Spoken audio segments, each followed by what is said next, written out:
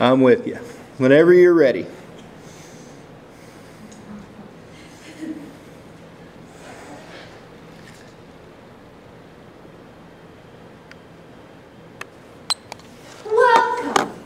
Welcome to the world of expiring minds. A snappy little review about the collapse of culture, the demise of language and meaning, and the anxiety of lives set loose on a sea of medical wastes.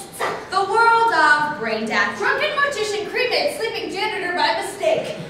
Oops. The world of tabloid dementia. Man's testicles get sucked down hot to drain. A world where the evening news has been replaced by the wheel of fortune. A civilization determined to entertain itself to death. Expiring minds want to know. A world where even the mundane has become totally inexplicable.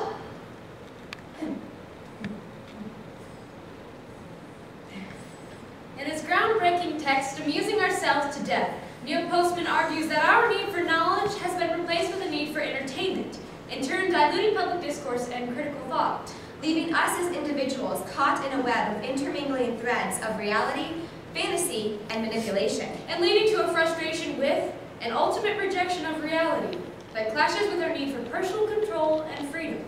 But, thankfully, we still have satirical vignettes. Yay! 6 Women with Brain Death by Christy Brandt, Cheryl Bench, Rosanna Kopech, Valerie Fagan, Mark Houston, Ross Freese, Sandy Johnson, and Peggy Wilson. Yes, it took 8 people to write this. And now, the thrilling conclusion of this week's episode of All My Hospitals. Hello, David. Yes, David, it's Veronica. David, if you insist on flying to Sri Lanka, you must fly Lufthansa or I won't tell you where your son is. Nah, you bitch, you don't know. And I know everyone thinks I don't know where little Austin is. That's right. But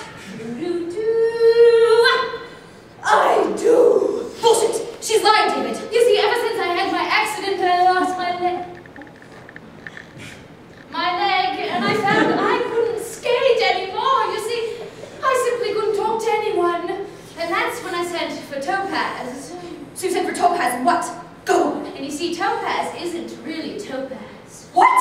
Topaz is little Austin, your son. Yes, he lied to you about giving up his cross-dressing habit, and now whatever, wants you to sail to Sri Lanka instead of flying Lufthansa because we now what? The public broadcast to bring you a developing story. Please not right now.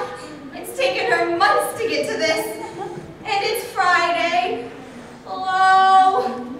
What do you people think you're doing? I don't care about the ozone. So, David, that's the whole story. Son of a bitch! Okay, excuse me, but do you know how tired I am of your whining and sniveling? Veronica? Oh my God. You see, I get up every morning at 5 a.m. and I go to work. Do you know what that word means? Oh God, Republican hallucination. You're not real. Oh, well then, why are you talking to me? Are you crazy? I'm tired. Oh, well then throw me out. I don't have to. No, you won't. Why?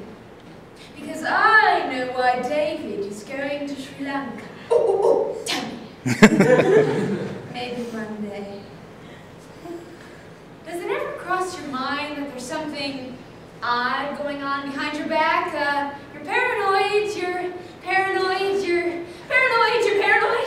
Exclusive. Extra. Woman regressed through past lives, discovers she was no one special. You see, I have 2 children, and I don't care very much for either one of them. They simply have too many drugs, and I don't have enough. Anyways, they've recently dyed their hair green and dressed like Madonna. Yes, both of them, the girl and the boy. Anyways, I try to do something about it, talk about our problems, but I can't handle that. So I take them to the movies, and they wander from room to room watching ninjas, psychopaths, and Rambo. Can't fuck them up any more than they already are. Meanwhile, I wander searching for Disney.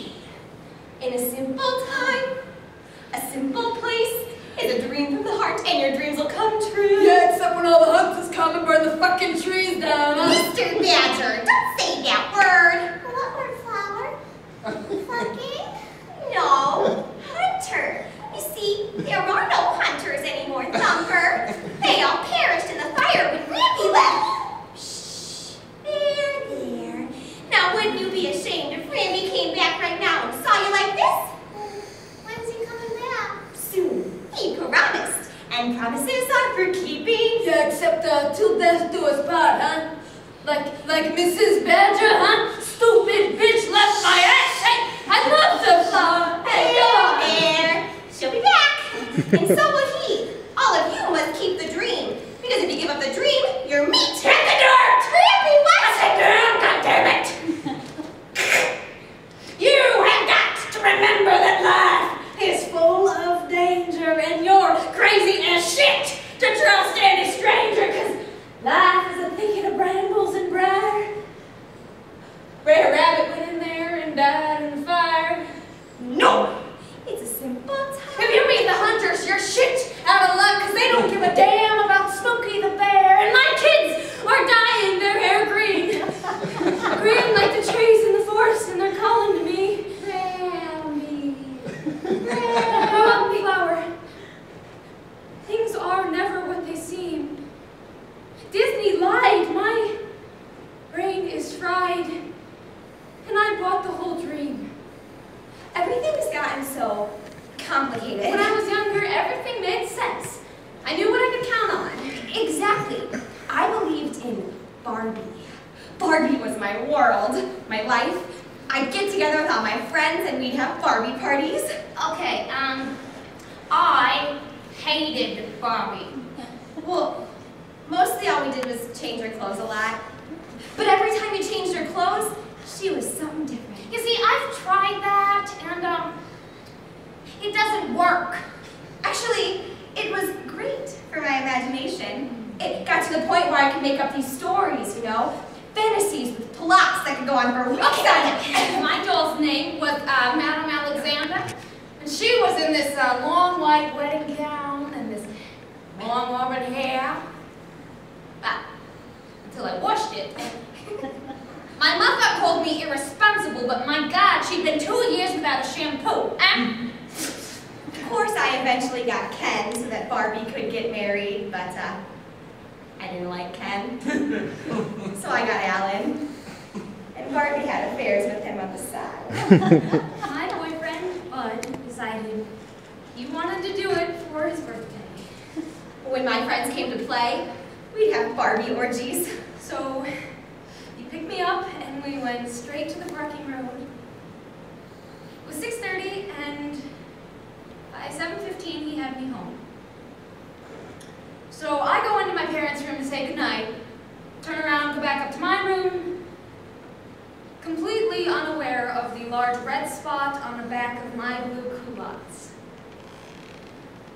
Well, of course, I eventually put the Barbies away. I mean, after the orgy, there really wasn't a whole lot left to do. But I did separate Barbie from Alan and got her and Ken together. You know, like how things are supposed to happen. I wanted to marry Bud. I'd still like to get married.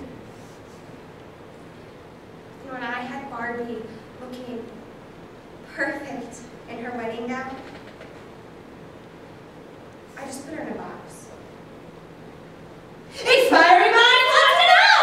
Does that ever cross your mind? I mean, there just doesn't seem to be anything you can truly count on anymore. I mean, I guess there's gravity. Exactly. Just a well-chosen word here, and the right flashy visual there, and people will absorb the image without any need for real information. A world of media madness where poly, unsaturated women wander amidst the icons. Fantasies. Toaster oven. Nuclear reactions. Roach motels of a civilization determined to entertain itself to death. That's my life.